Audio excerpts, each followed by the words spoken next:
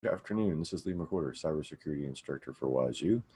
Getting off to a couple minute late start here, but welcome to the first video lecture workshop on threats and vulnerabilities. Just started yesterday.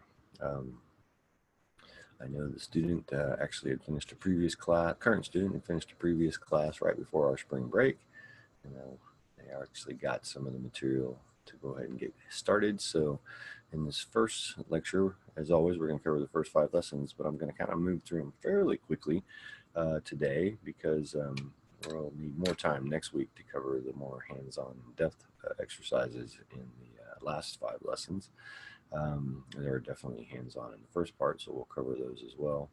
But this will be more of a lecture than a demo today. We'll do some demos next week. This is the final course in the program before the group final project, so congratulations for making it this far. We've already been discussing some of the things, and as usual, of course, the first lesson is all about, well, there is some additional information in the first lesson about different types of information on compromises and threats. One of the things is that we go in and look a little bit different ranking on threat actors. We've talked about threat actors since the very first class, all the way from the amateur script kiddies on up to more elaborate to higher end criminal or nation state players, criminal gangs or nation state players.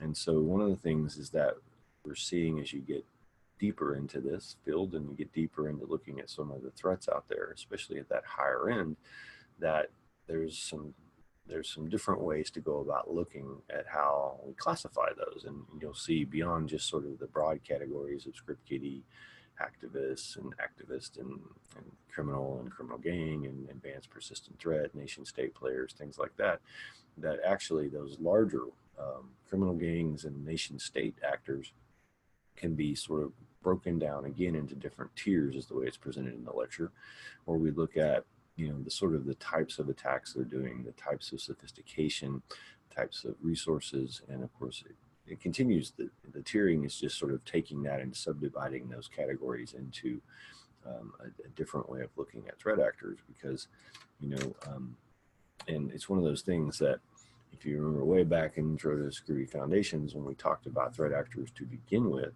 one of the things I mentioned and usually mention in that class is that for a lot of organizations, they may not ever actually experience, say, an advanced persistent threat of the kind, say, of a nation state. If you're a restaurant chain or a furniture distributor or plumbing supply, regional plumbing supply manufacturer or something like that, then are you really going to be targeted by a nation state player for trade secrets or insider information or whatever? Probably not as likely. Now, I can't say never, right? But it's just the reality. Most companies out there and organizations out there are not necessarily going to come up against such an advanced persistent threat. But that doesn't mean they may not come up against, obviously, the activists and the amateurs, the script kiddies, and differing levels of the criminal organizations. And that could include some fairly, higher tier criminal organizations based on the classifications covered in lesson 1. And, because they're all different groups and criminal gangs out there that are trying to take over machines to use those resources, trying to get inside to be able to gain customer list, gain confidential information, even corporate espionage might be a factor. But so even though your organization you go to work for might never be attacked by the Russians or the Chinese or the North Koreans or the Israelis or our allies or allies, enemies, it doesn't matter. Every country has, it seems for the most part, has some form of a cyber one these days. But they are usually focusing those type of efforts on higher value industrial espionage, higher value state secret kind of security, military establishments, research facilities. And so those organizations definitely have to be aware of nation state players. But like I said, a regional, restaurant franchise owner that owns, dozens of restaurants. This is a large company, hundreds of thousands, maybe of employees, millions and millions of dollars in revenue. Is probably not going to be attacked by a nation state player, but that doesn't mean they still don't face sophisticated, highly resourced, highly skilled adversaries, potentially in the form of advanced criminal gangs. And so, as always, there's a little additional information, a little bit more information on how to compare and contrast threats and different types of threat attacks. One of the models that we use is a spreadsheet template where we look at different factors on kind of a matrix. And this is another way to kind of analyze threats. You know, does it target just an individual? Does it target multiple people? Does it target resources? You know, what type of you know, vectors are being used? And so there is a little bit of additional information on both threats and vulnerabilities here in the first chapter. And then the bulk of it is really about the setup. And the setup is actually not too bad. On the GNS3 side, it's once again something we've now done a handful of times, working with GNS3 and using the provided topologies. So you download the topology, you import it in, you do a file save as, so you have your own version and you still have the original in case you need to go back. This lesson, unlike some of the others where we went back and forth between the two different sort of default version and the my exercise version. In this case, it doesn't matter. You really only need one copy. It's just sort of best practice to make a backup. In the worst case, you can always re-import it again, but you only are going to need one. We're going to use the GNS3 topology a couple different times, primarily in lesson 3, and then I believe it's lesson 9. Yeah. And so in lesson 3, we're just going to use it as our simulated network like we've been playing with, and we're going to do some scans and save some information to do a simple baselining exercise, not that complex. We'll come back to that in a moment. And then in lesson 9, we do a much more elaborate, actually I think it's one of the kind of fun, there's all kinds of exploits as we talked about before, and some of these things like the damn vulnerable web app or Metasploitable 2 or whatever that we have within the topology. And they're a lot of fun to play with, but we don't cover all of them. We cover a good chunk of them. I've obviously mentioned before that you're encouraged to play around some more, attack some other of the vulnerabilities on your own. But what's required for the lessons and exercises, I try to pick some of the ones, especially for this class, that are a little more elaborate and much more detailed, multi-step attacks. And in that case, we're going to be using the topology in the damn vulnerable web app to take advantage of a couple different. We've already played with SQL injection, for example, with damn vulnerable. Before, we're going to go back and look at file vulnerabilities and command execution vulnerabilities. And in this exercise, we will actually combine a couple of those. So we'll talk about that, of course, next week and probably do a demo. Well, we may not do a demo of that one, actually, because I'm going to have all the VMs up. The other part, though, of the setup is that for the first time, you played with VMs that you created yourself in Network Foundations. There have been other exercises to make VMs to play with and try things. To put even in the logging and monitoring class, you needed to use one of, say, your Ubuntu VM and add some additional services so we could look at those logs and stuff like that. So, but this is one of the first times that we've, instead of having you make a VM to do certain tasks in the lessons, we're actually providing a handful of VMs so that we can set up an environment. And there's a couple of reasons for this. Is while we already have, say, for example, Metasploitable and damn vulnerable within the topology, the Metasploitable, because it's a Docker image within the topology, a few of the older exploits that require older kernel versions don't actually work in the topology, but they do work within if you have a standalone version of the virtual machine. So we're going to actually get to play with a full version of Kali Linux that will provide you. There's a full version of the Metasploitable 2 virtual machine. There is a additional couple machines that virtual machines, one that we call the sort of mail server or the net server. We'll use it in the spear phishing exercise next week. And then there's a machine that also has, it's basically just being set up as our desktop, our user, well, to be honest, our victim machine, so that we can do an exercise where we send the spearfish to that victim and are able to capture their credentials. So we'll talk about that in more detail next week, but that's the end of lesson 1, is to set this stuff up. And so downloading the project file and importing it, we've done this a couple times already. It's another version of that same baseline topology. And so there shouldn't be any problem with that. And I know the current student has already got that all done.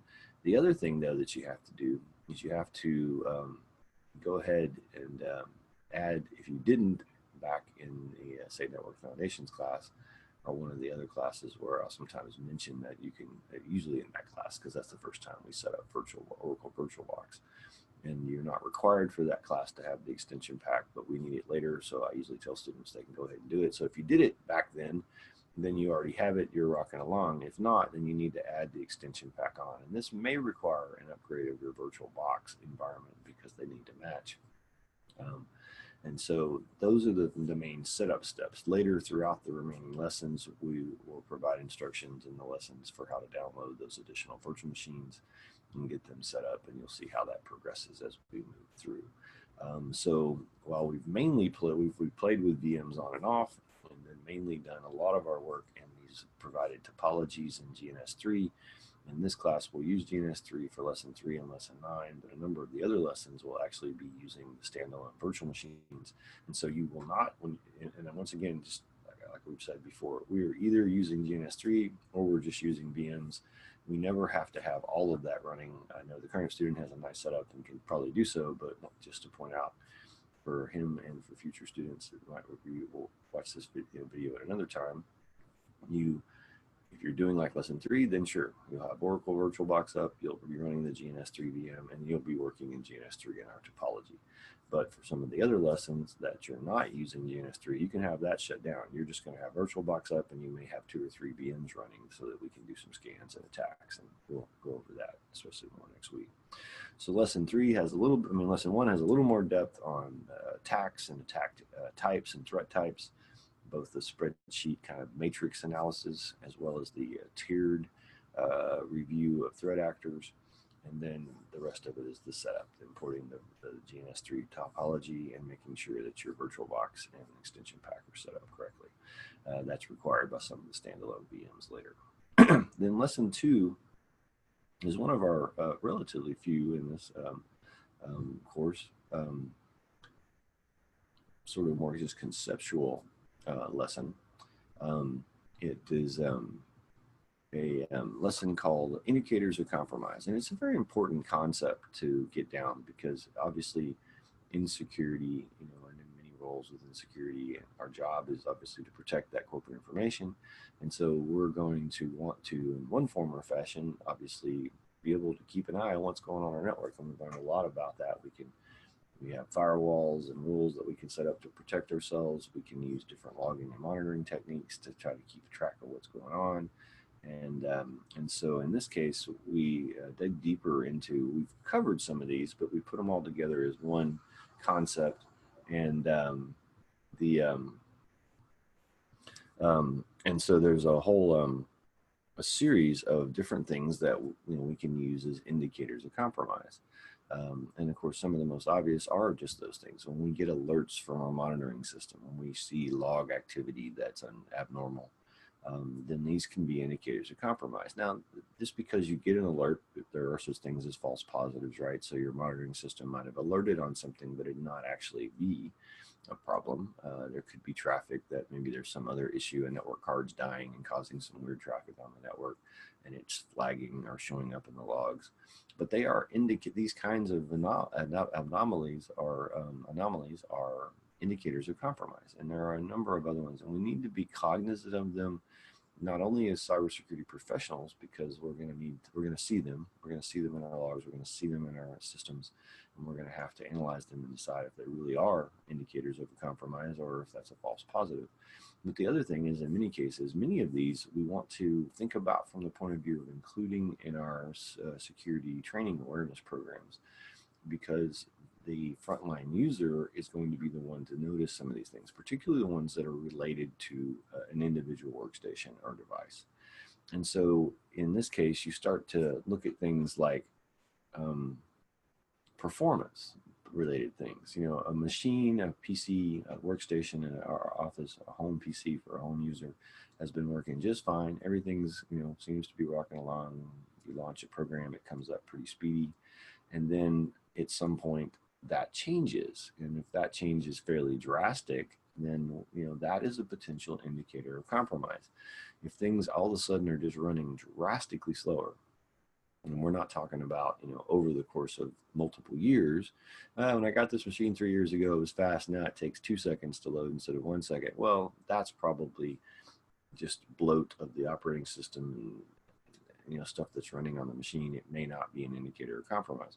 But if a machine that was running perfectly yesterday runs slow today, then we may have an issue there. What caused that? What changed? Was that an update?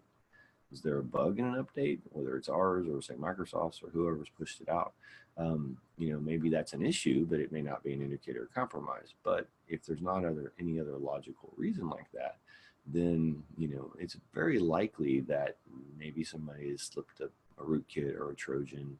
Maybe that user clicked an email attachment they shouldn't have, or visited a website they shouldn't have, accidentally clicked the OK button on a pop-up from a browser site, a bad ad that came in. Whatever the attack vector, it may have succeeded. And so now we can see that because this machine that used to run so fast is now running slow because all this other stuff is running in the background. And so we would want to start doing some analysis, dig into the running task, look at logs on that machine, isolate that machine if we suspect that there is a compromise there, start looking at other peripheral stuff. Was this machine communicating with different IPs that it wasn't before, etc. And so there are a whole series of indicators of compromise. Performance is a big one for an individual device or workstation. If you have the case of, like I said, it slows down drastically over one day to the next. If, and this may be one that may be harder for the average user because they may not know how to check this, but it could be part of training that you have users check things on their system. And so if, in a normal day running their Outlook and their various tools, they're so much free memory. But then the next day or, after some event happens, like clicked on an attachment that didn't seem to do anything, but now your memory is almost gone. Well, once again, we may have new processes, malicious processes running in the background that are taking up those resources, sending out spam, attacking the next system, trying to capture your keystrokes, any number of course things that they could do. So any of those types of indicators can be very, very useful to know. A lot of the antivirus software will not only flag, of course, if it sees any anomaly behavior, sees a known pattern in a file that comes in, but also many of the antivirus systems, and it depends on which brand you're using, but many times they will use file hashing. And so they will go through and sort of create a hash value for every file, say in the Windows system directory or the Windows folder, Windows subfolders. And there's a hash value that's been calculated based on that file as it existed at the time of that baseline, basically, and that'll transition into our next lesson here in a minute. But this allows that software to, when it runs its scans, not only does it scan for, maybe heuristically for something different that looks like it might be a virus, it obviously scans based on signatures to basically be able to say, yes, I see that same Trojan XYZ, let's block that. But then it also will look at the system and compare, recalculate that file hash. And if all of a sudden, after months, a particular file, very likely an important executable or dynamic link library in the Windows folder, for example, or Windows System 32 folder, if that file changes its file hash, then that could be, once again, an indicator of compromise. And even if it's not an antivirus system, I've seen companies deploy this model where they will hash a bunch of a bunch of files, maybe archives or whatever, things that they don't expect to change. And then they can run those again themselves. And if they see a deviation, then something has changed within that file, within that executable, within that archive. There are a couple case studies that are talked about in this lesson, and I'll leave them to you to read and work your way through. But that's sort of the additional information. We look at an example case study where an anonymous FTP server back in the day had been compromised, and the way that compromise was found was that the IT admin in question had noticed through regular monitoring and keeping an eye on their systems that all of a sudden a hard drive that had lots of space a few days ago now doesn't have space anymore. And so begin to do the analysis, check around, and realize that somebody has compromised this machine, has created a hidden folder, and has put a bunch of bootleg software in it to share with their friends, I guess. And so this was an exploit that happened. It didn't trigger any other alarms. They had been pretty good about covering their tracks. But because they were using the resources, in this case, the storage space of this server, that indicator of compromise was the lack of free space, the drastic change in free space. And so that caused the administrator to begin to investigate further and ultimately uncover this compromise. So it's this kind of thing that, and why this is so important. These anomalies can really help us, get on top of something and find it. If that hadn't have been the kick, since the people had gotten past monitoring and firewalls and were in and had taken, they would have, another possible thing was that we might have, that company, that they might have noticed it basically when they got, if depending on how they were being billed for bandwidth this day in the cloud, it might have really been noticeable that way if that server had been up in the cloud. And 1 month your bill is so much for bandwidth because you have so much gigabytes of traffic going in and out of that server on a regular basis. And then the next month that bill is 2 or 3 or 10 times higher. That could be a real big indicator of compromise. It could be an indicator that, somebody in the organization has put up a bunch of files and the sort of the scope of that server, the use parameters of that server have changed. And maybe that's legitimate. We need to pay that bill because it's getting value to the company. Maybe we need to go to that user and say, hey, you're not supposed to put all your music files up there. And so it's not a compromise, but it's still an indicator of something going on, and we need to take action. But of course, if it was, somebody had put up, a few games to share with their friends, and there's only a few small files, or relatively speaking, to the free space of the drive, and didn't flag anything based on space taking up, it could very well be that the bandwidth used, if they shared it out on some boards and thousands of people came and downloaded those small files, then the amount of traffic could be the indicator of compromise. In the case of the last case study, it was a breach of an SSH server, and it's one of the things that is hugely critical to know. We've talked about SSH. You've logged in with SSH. You've logged in with even keyed public key infrastructure, private public key pairs to allow login, and that's a common model in the cloud these days as well. So one of the things that happens though when you first log into a machine is you basically store their key that they're giving you, and you guys use your machine, the client and the server exchange these keys, and if you trust each other, then you start to communicate.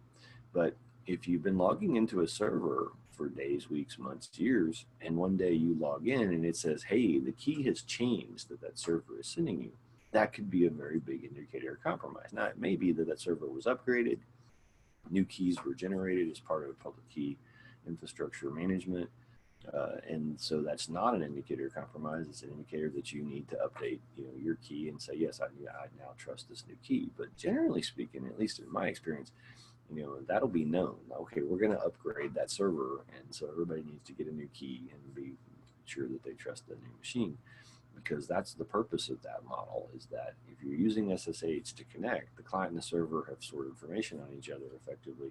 You've stored their key, and that way when you go back, it's the same machine as last time, the one. But if it's changed, then it's very likely somebody has come in, and in the case of that case study, somebody had come in and it compromised the SSH server, and we're going to basically try to attempt to capture logins, including usernames and passwords. And since, while the information was encrypted, the server, of course, decrypts it. And so if any user trusted that key change and just didn't pay attention to see that the warning message, which it will provide, SSH PuTTY will provide this warning message, hey, the key doesn't match the last time we logged in.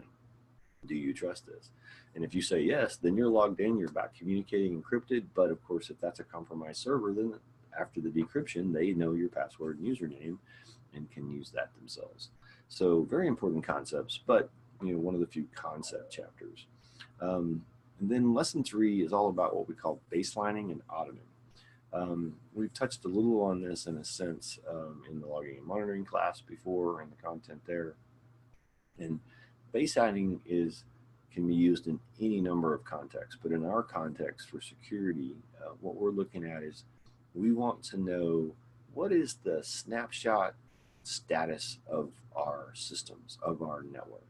And so things like that, like how much free space is on various servers, what is their normal processing load, how much traffic comes in and out, is it coming from the internal network to that server, and how much is that, and is there any traffic coming from the external network? Obviously, if it's a DMZ server or public web server or email, you're going to have traffic that's coming from both sides. If it's an internal server, then ideally it should only have traffic coming internal, right? So your baseline might be 0 outside traffic. But those are your baselines. So we want to know the average bandwidth utilization across segments of our network. We want to know the average CPU utilization of systems. We want to know the free RAM. We want to know the free hard drive space. We want to know these things. We want to run these baselines so we can baseline systems. Okay, here's a server. Throughout the day, its profile of peaking and then going back slow overnight is its standard load, and every day it seems to run that same pattern. If that pattern changes drastically, then that is what we're going to find out with auditing. We're going to come back in the auditing side and periodically not just run a baseline and say, yeah, we have a baseline. No, we're going to then run the same scans again, and we're going to be able to then compare that against our baseline and see if there's been a drastic deviation. And where this comes in handy is, once again, is a way to indicate or compromise to find out what something is going on, and to see, both from a security and from an operational point of view, where we're getting, what's the cause of this deviation from our baseline. If we have done the job of baselining correctly, then we should know a pretty solid, average of, like I said, what the bandwidth is, what the CPU is, etc. And then if we run those reports 3 months, 6 months, a year from now, and we're comparing them, and what we see is a slow increase in the amount of use. We've added more employees, that site's getting used more web traffic if it's a web server, because we're growing the company. That's all good, and that's a deviation from the baseline, but it's an expected deviation. But like I said, if we run the baselines again and again, we do our auditing, we rerun our scans, and then in one period, say it's 3 months from now, instead of that server running, being slow during the evening, busy during the day, slowing back down at night, we see that it does that, but then late at night it spikes back up again, and the processor is being used a lot for a few hours at 2 or 3 o'clock in the morning. Well, why is that? Do we have a new foreign office that's in a different time zone that they're using it? Have we expanded to another market so that, once again, customers, if it's a web server, are coming in from that time zone? Or is there something nefarious going on there? Is somebody using that time during the off times to hopefully not be spotted, not impact the operations, but send out a bunch of spam or do more attacks, whatever the purpose is? And so there are a number of different types of baselines. Functional baselines, that's kind of what I'm mostly talking about there. Allocated baselines, what's been allocated, especially in the cloud, that comes into use, because once again, if you buy a server, you paid for it, and then you're just paying some electricity. But if you buy a cloud platform, then what you're looking at is you're going to pay for every aspect. If your bandwidth goes up a lot, then you're going to have a bill that's bigger. If your processing time goes up a lot, somebody's broken into your cloud server and using it in the off hours to mine cryptocurrency, then you're going to pay for that processing power. If they're using your server to store a bunch of files and malware for other targets, or bootleg software to share with their friends, whatever it is, then that's going to take your space, and you're going to see these in your bills, and you're going to compare what you had allocated, what you expected, against what you're really seeing. Baselines, like I said, are very much a process, and there's usually a lot of steps involved. We have in this lesson a fairly simple exercise, and it's not an uncommon, it's realistic in the small case of our topology, where you would run scans across different segments of your network to know what's on your network. That's a baseline. Okay, today we run a scan across our corporate LAN, and we have these IPs assigned out, we have these machines running, we have these printers, we have these workstations, we have these servers. It's X number of devices, and we're good with that. That's what we expected. And then, assuming a month later we haven't hired anybody, added any new servers, anything else, and we run that scan again, and there's a new device. Why is that? One of the things we talked in more detail about Nmap before, and you played with Nmap a lot. So in this lesson, you'll be doing some Nmap scans of different segments of our topology and then use the ability to redirect that output to save it to a file.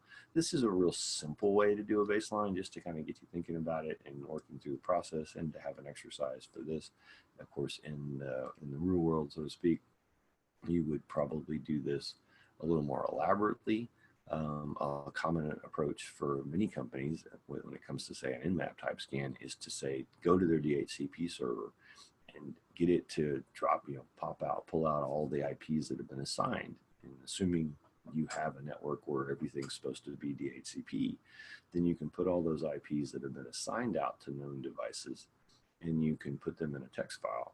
And you can use Nmap's ability to import a text file and add it in as the exclude file. And so you can say, hey, scan this network, but slash blah blah, or pull in this slash parameter, pull in the path to the file name, and then you will say exclude these files, all the IPs that are in this file. I don't want you to scan. I know they've been the HCP, but I want you to scan every other IP that's not assigned. And if anything pings back, anything is found as a host up, then that's something we want to analyze. Why? Did somebody bring their laptop in from work and we're not using port security, so they plugged into a free port in their office, and their machine they didn't get the HCP, but they hard coded an address, so they got a testing box as a developer on there that they brought up in their office, and it's on the network.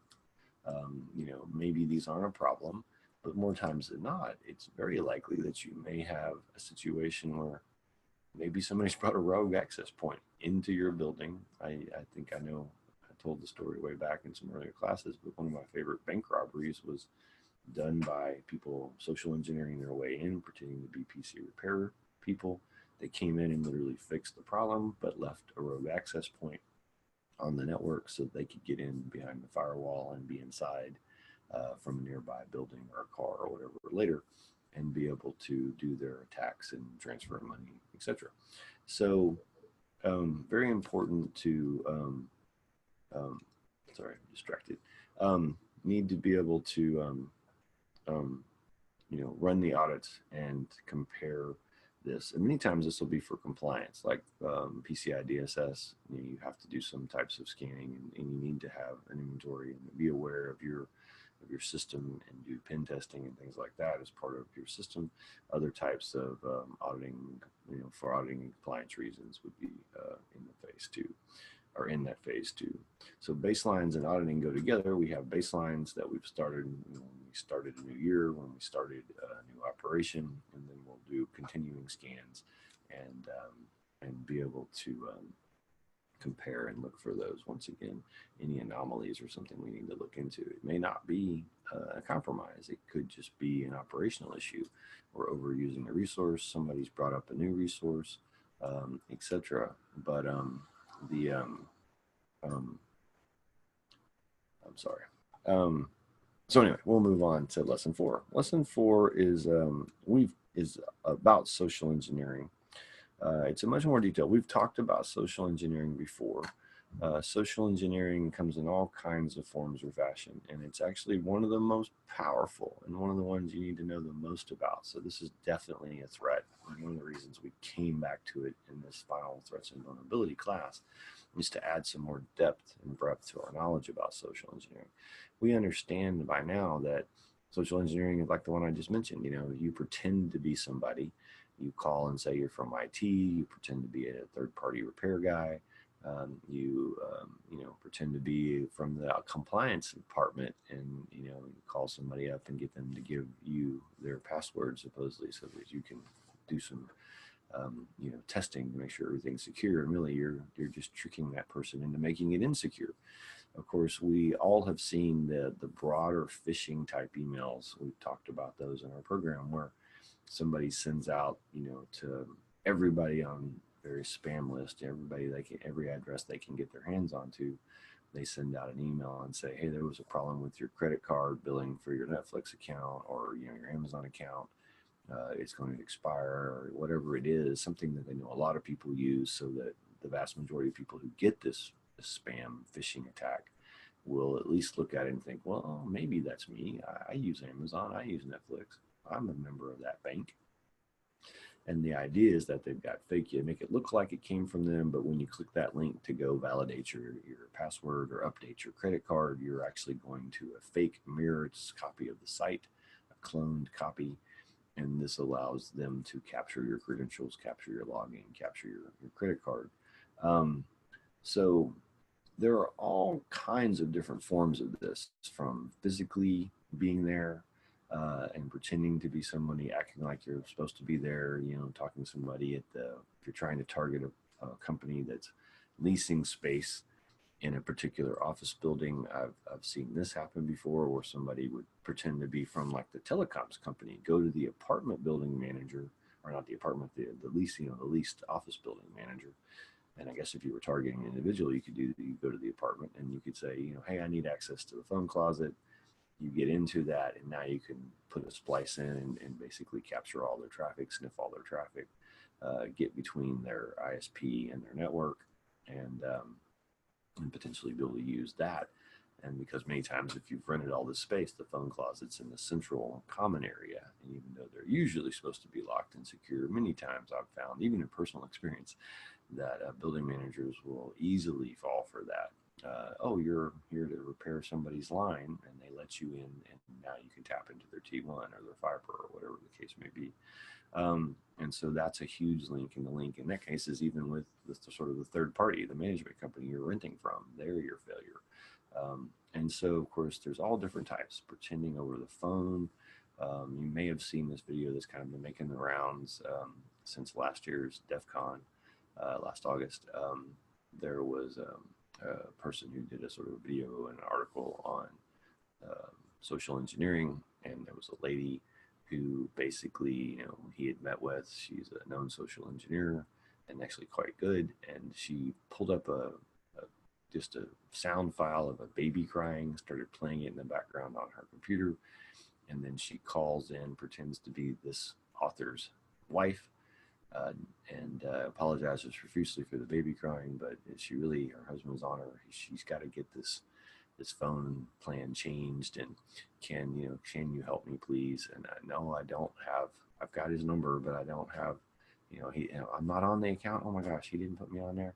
And it just, she talks this rep into adding her name and adding her to the thing. And, of course, by the end of that call, she's social engineered her way into being completely in control of his mobile account. So one of the things we go deeper in this lesson for is, why does social engineering work?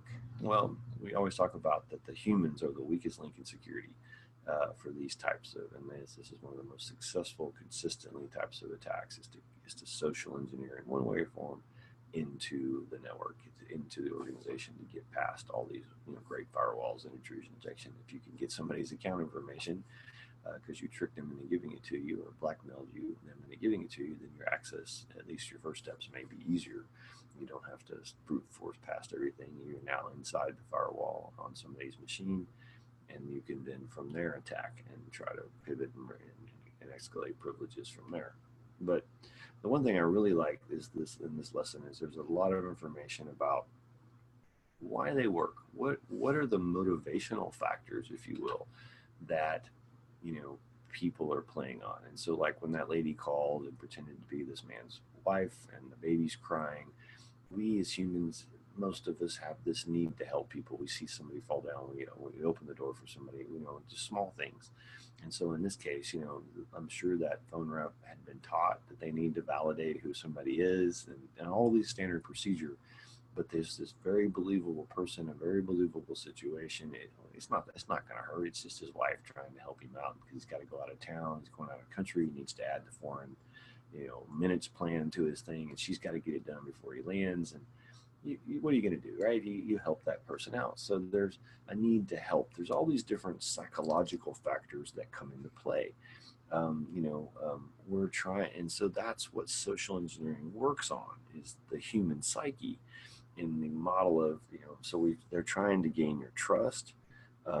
They will try to, they use some tricks from marketing, which are actually, you get down to it, a form of social engineering, right? Marketers are trying to get you to believe that everybody else has already bought. It's an old marketing phrase called "get on the bandwagon." You put out an ad that says everybody's doing this, over 1 billion served for McDonald's. Well, that implies and makes us think, oh, well, if all those people bought it, it must be good. Sure, I can have it too.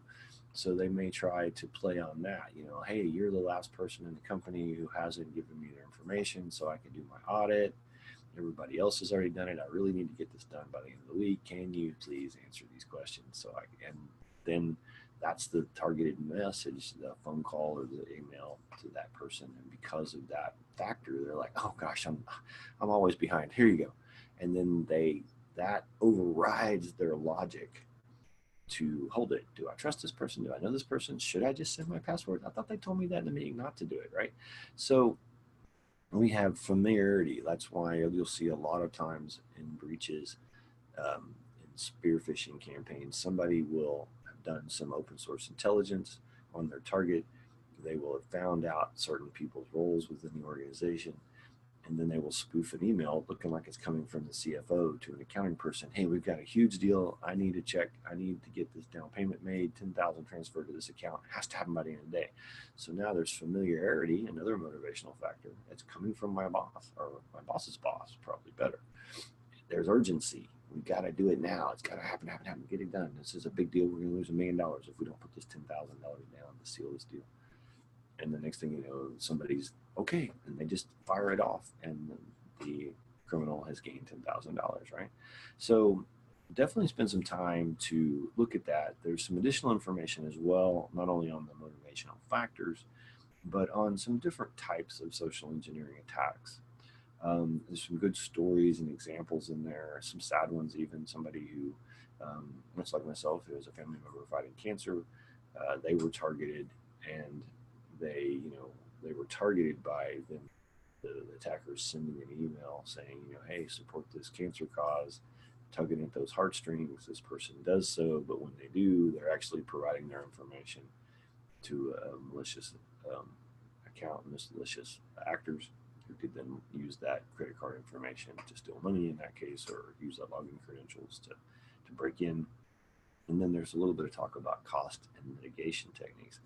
And while there are some different ones, one of the things, there are some technical mitigation for some degrees of social engineering, including things like, making sure not only that you're just as solid on any firewall rules that come in, protecting traffic coming into your network, you want to check what's going out.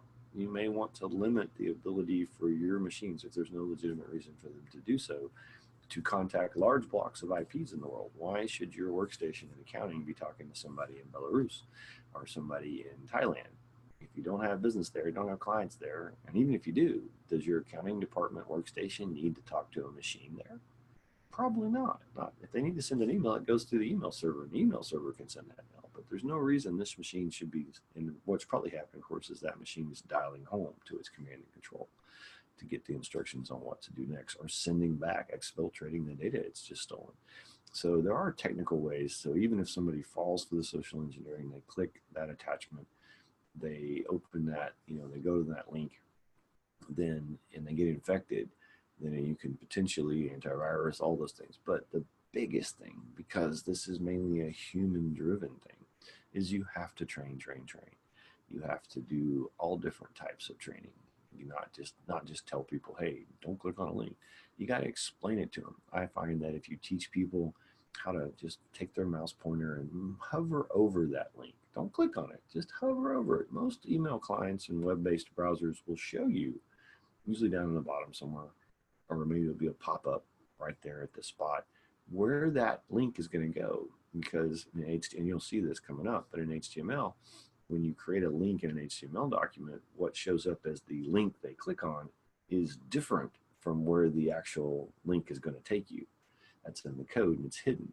But if you mouse over a link on a web page or whatever, it'll show you that URL. So if you get an HTML email, which is what any pretty graphical email is basically these days, you're sending a HTML page. A hypertext markup language web page is an email.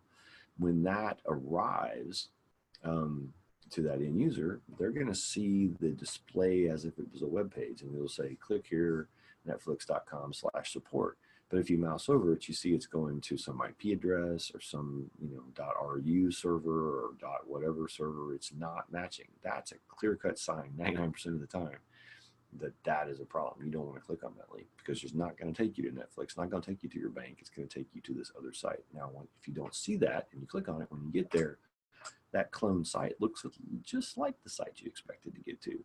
you probably won't see up in the top that the URL is slightly different. You'll just click on. So you need to provide more information than just scare people and don't do things. You need to provide training that allows the users to be empowered and have a process within your organization so that users can report any suspicious thing at all. And I do this with some of my private clients. I just have a line, call me on this number for any reason. You can forward to this email address any email you don't think is legit, and we will look at it and we will analyze it, and we can come back and say, no, that looks fine, or yeah, you good call, good job, you're learning. Motivate and reward that learner. We do provide training, obviously, to those people in the first place so they know what to look for to be suspicious. But then they have a process. And so your IT security team can do that as well, where and many companies do this. It'll be a specific, like, spam or report ad or something like that. And you can just forward that email. And then an IT member or a security person will review it. And, maybe next thing you know, they're saying it's no problem. Thanks for being cautious. Or they're saying, good job, good catch. And you're seeing an email go out to the company. Hey, we're getting these types of emails. Don't click on this email. It's a fake. So a good chapter, a lot of interesting information and a lot more depth on social engineering.